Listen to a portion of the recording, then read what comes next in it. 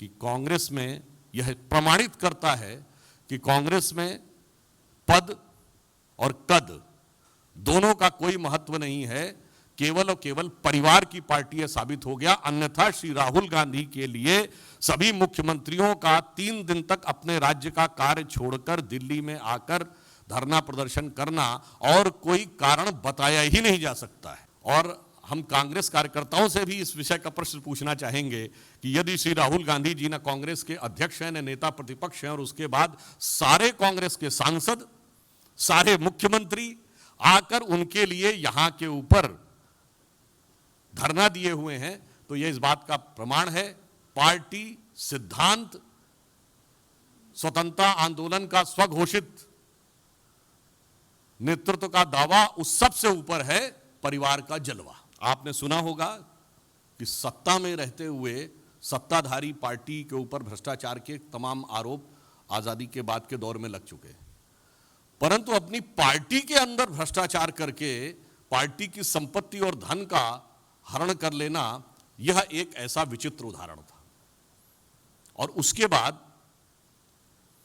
यह विषय यूपीए सरकार के शासनकाल में 1 नवंबर 2012 को प्रारंभ हुआ। नंबर 3, इस विषय का किसी भी प्रकार से सरकार की एजेंसीज के द्वारा इनिशिएशन नहीं हुआ। हाई कोर्ट के निर्देश के ऊपर ही कार्रवाई हुई और हाई कोर्ट के निर्देश पर ही उनको बेल लेनी पड़ी।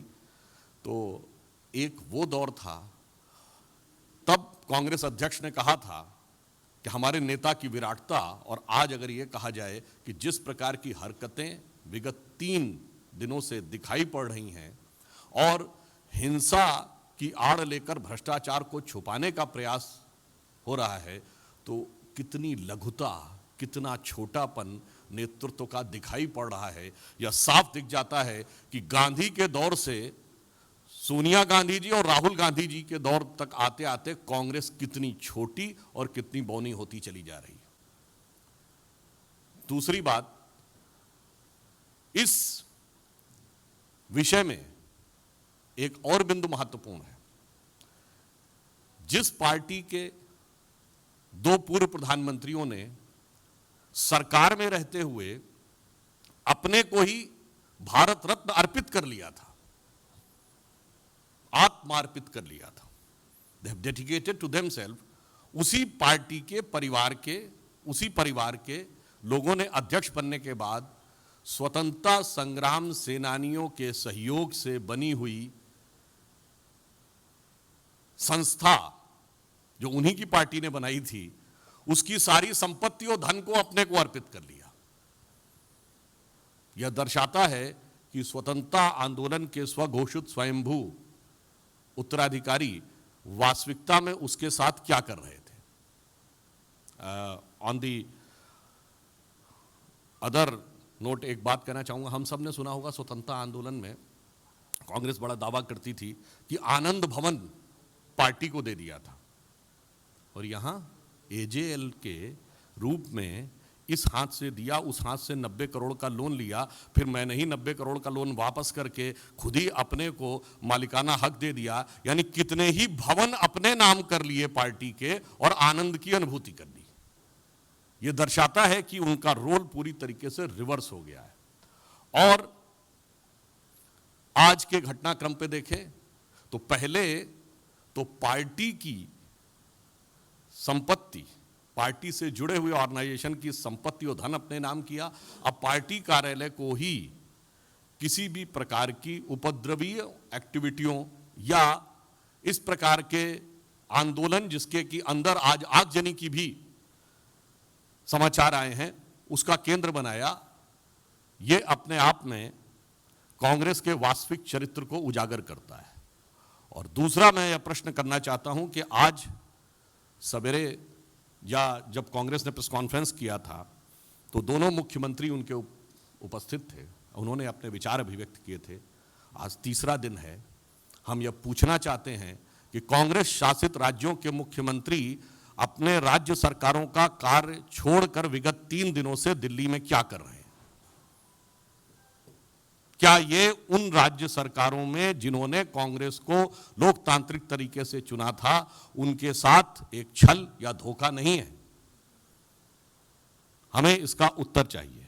और दूसरी बात, श्री राहुल गांधी जी आज न कांग्रेस के अध्यक्ष हैं न नेता प्रतिपक्ष हैं, वो केवल एक सांसद हैं, और वो भी ऐसा नहीं कि अत्यंत वरिष्ठ सांसद हैं,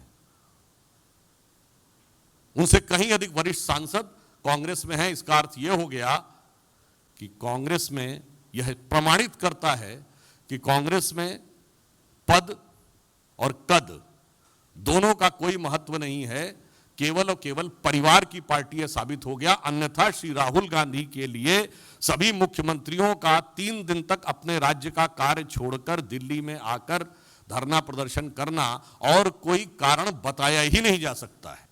चौथी बात, सरकारी एजेंसियों को काम करने से रोकने के लिए दबाव बनाना और दबाव को झड़प और आगजनी की सीमा तक ले जाना, जो कुछ ये हुआ है, यह दर्शा रहा है कि अगर 3 दिन से यह जमावड़ा हुआ था तो उसका वास्तविक मंतव्य क्या था, वह क्रमशः उजागर होता चला जा रहा है।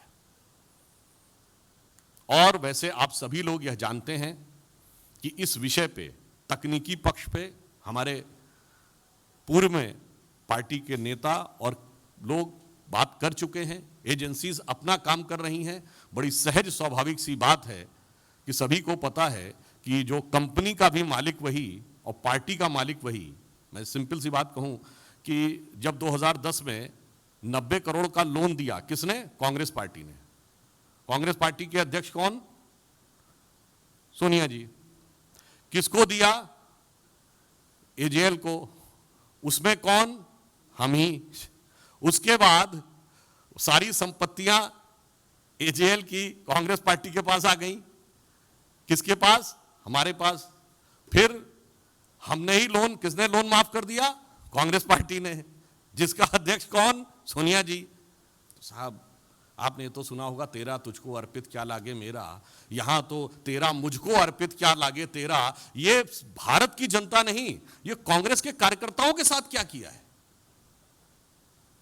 हमारे पार्टी का नेतृत्व यह कहता है कि तन समर्पित, मन समर्पित और यह जीवन समर्पित, और चाहता हूं देश की धरती तुझे कुछ और दूं। और वो ये कहते हैं कि तेरा तन मन धन सब मेरे को समर्पित। इसलिए यह प्रकरण भारत के इन्वेस्टिगेटिव इतिहास का अपने आप में एक अद्भुत और विचित्र उदाहरण है। और मैं पुनः इसको रेखांकित कर देता हूं, यह विषय यूपीए सरकार के शासनकाल में शुरू हुआ। नंबर 2, जो जमानत लेनी पड़ी वो न्यायालय के आदेश पे लेनी पड़ी। नंबर 3, यह पार्टी के अंदर की संपत्तियों का अधिग्रहण किया गया। और नंबर 4, पहली बार ऐसा हो रहा है कि भ्रष्टाचार को छुपाने के लिए हिंसा का भी सहारा लेने में किसी भी प्रकार की झिझक नहीं हो रही है। और अंतिम बिंदु, कांग्रेस अब साफ दिखाई पड़ रही है कि यह पार्टी नहीं, परिवार हो गई है। इसलिए यह चिंता का विषय सिर्फ भारत की जनता के लिए नहीं, कांग्रेस कार्यकर्ताओं के लिए भी है। और हम कांग्रेस कार्यकर्ताओं से भी इस विषय का प्रश्न पूछना चाहेंगे कि यदि श्री राहुल गांधी जी न कांग्रेस के अध्यक्ष हैं, न नेता प्रतिपक्ष हैं, और उसके बाद सारे कांग्रेस के सांसद, सारे मुख्यमंत्री आकर उनके लिए यहां के ऊपर धरना दिए हुए हैं, तो यह इस बात का प्रमाण है पार्टी सिद्धांत, स्वतंत्रता आंदोलन का स्वघोषित नेतृत्व का दावा, उस सब से ऊपर है परिवार का जलवा। और हमें इस विषय को लेकर बहुत खेद है कि पहली बार न्यायिक एजेंसियों को या जांच एजेंसियों के कार्य को प्रभावित करने के लिए राजनीतिक आंदोलन होते थे, परंतु राजनीतिक आंदोलन में हिंसात्मक स्वरूप और अपने संवैधानिक पदों का उपयोग, या साफ शब्दों में कहा जाए तो दुरुपयोग, जांच एजेंसियों की जांच को प्रभावित करने का यह पहला उदाहरण देश के इतिहास में दिखाई पड़ता है। ये तो वो लोग हैं जो देश की जनता के सामने सरकार को किसी भी प्रकार से अपमानित करने के लिए कुछ भी बोल सकते हैं, जो कोविड को मोविड बोल सकते हैं। हम लोग जून 2022 में बैठे हैं, याद करिए मई 2021 में दोनों भ्रात्र और भगिनी दोनों का ट्वीट है कि बच्चों का वैक्सीन विदेश भेज दिया। उस समय बच्चों का वैक्सीन पूरे दुनिया में कहीं बना नहीं था।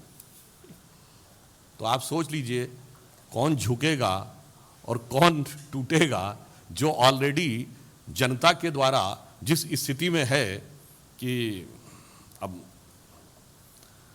वैसे वो अमेठी की जनता ने दिखा दिया है। तो मैं इतना ज़रूर कहूँगा कि उनकी बुद्धिमत्ता एक मामले में तो मैं मानता हूँ कि 2019 में उन्होंने बहुत सही निर्णय लिया था कि अमेठी के साथ साथ एक अन्य जगह से लड़ने का भी निर्णय लिया था। तो कौन झुकेगा कौन नहीं झुकेगा, ये उनके संसदीय क्षेत्र की जनता ने और उनके खानदानी संसदीय क्षेत्र की जनता ने 2 साल पहले ही उसका जवाब दे दिया है। Vikas Chandra, News Nation, please 1 minute.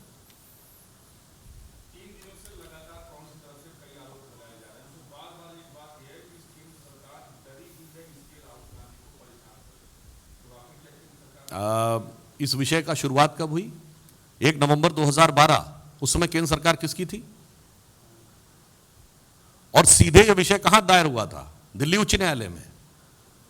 फिर जांच की शुरुआत उसके बाद हुई।